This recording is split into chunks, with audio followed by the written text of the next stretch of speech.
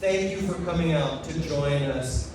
A quick first toast to a couple of people who couldn't be here this evening. My dad, who has been married to my mom for sneaking up on 64 years now.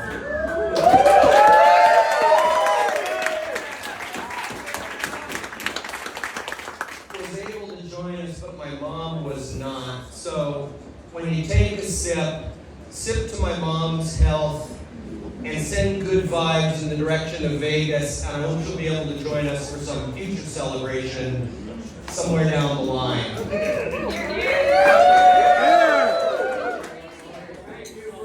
We also have on the table toward the front some folks who were important to Jamie and to Zach, who really aren't here with us. There's my mom's first cousin, Danny, who you're going to hear a few words from a little later tonight. His beloved late wife, Sandy, made a big impression on all of us as we moved up to Seattle and got to know her over the years. There's my late brother-in-law, Sharon's brother, Dan Conaway, who's represented here by our sister-in-law, Meg, and her amazing, shockingly grown-up kids, Mars and Hannah. And then there's Zach's dad, Jacques, who I never had the privilege of knowing. He passed a lot of years ago.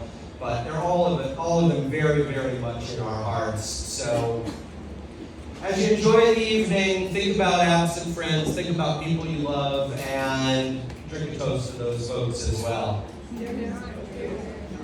Here. Okay, so let's lighten up the mood just a little.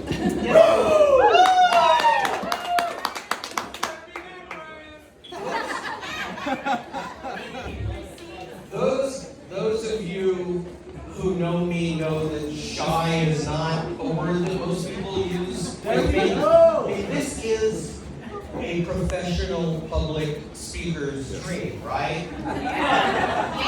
Captive audience. Good subject. I need a card. I got them in the car. Now we go. So, first I want to say thank you for giving me the opportunity to spend 3 to 5 minutes with a captive audience. No, I'm just kidding. Did you want 30 or 45?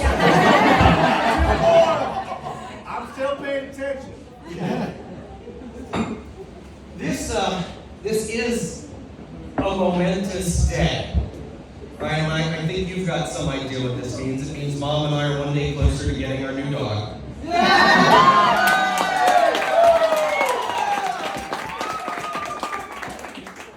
We've been saying since January, when we said goodbye to our beloved older dog, and for the first time in 29 years of our marriage, didn't have a dog in the house. Well, after the wedding. So, tomorrow, we'll unwind a little, we'll relax a little, but I think the search starts, next week, right?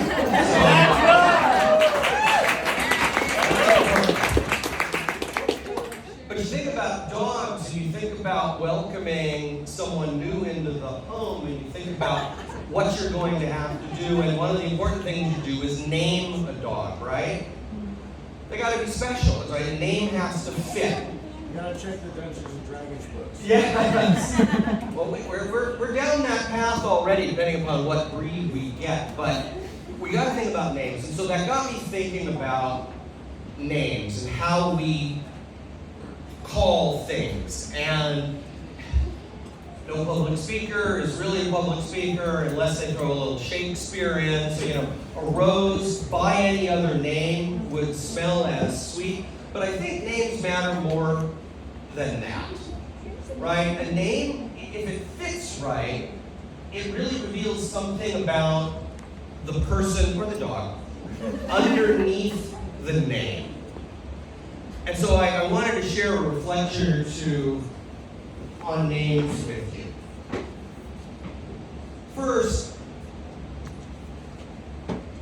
I am going to learn to refer to you as Jamie Bryant.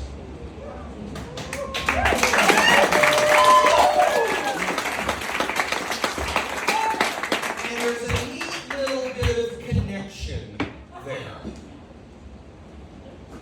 Those of you who know our family well know that Jamie is one of two children Sharon and I have been blessed with, the other Teddy. Hey, Teddy! And Teddy's middle name is Bryant. That's wild. Because Sharon's dad, Fred, if you're paying attention, my dad, Fred. Double Fred! Fred squared, right?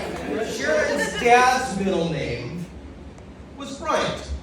So now you've got Frederick Bryant Conway, Theodore Bryant Rutberg, Zachary Bryant, Jamie Bryant. Whoa! But wait, there's more, as Zach says. I am, of course, Bryan minus the T.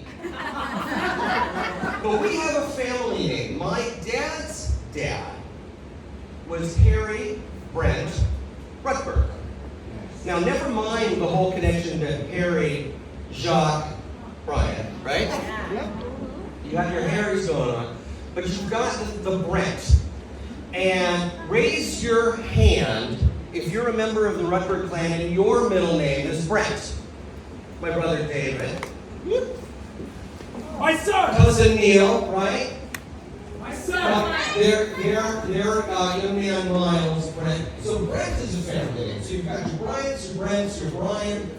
Doesn't it just feel kind of right that Jamie has stepped into sharing a name not only with her new amazing husband, but her brother, and the lineage just goes on and on.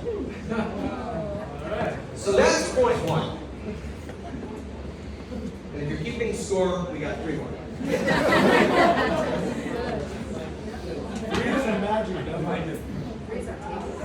We are table number 3. That's There you go.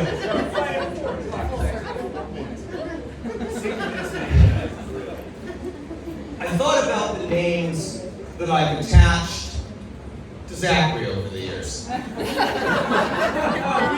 There was that kid who showed up at our door with the flower when he was a middle schooler. So that kid with the flower. And then there was the wild child. Which after a little bit of dancing and maybe another cocktail, there's a story or two behind that, but we'll save that for a less public forum. I've hit Zachary with a variety of nicknames over the year. There's Kiddo, there's Sport, there's Mr. Fix-It, because God knows he's a handy dude who has helped us do so many things around the house that I could not do myself. There has been on a few occasions, always with love, dumbass.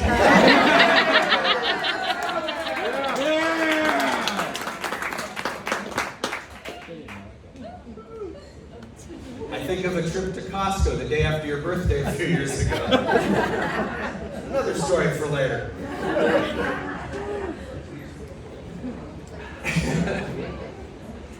And Zachary, like our own two birth children, has earned the name in our family. It's a name that passes from person to person as they shall happen to earn it. I don't even remember who's in possession of it now because it's been a few years. But each of our kids has enjoyed wearing the name Crash for a period of time. That's a good verb. But there's one name I've never called Zachary.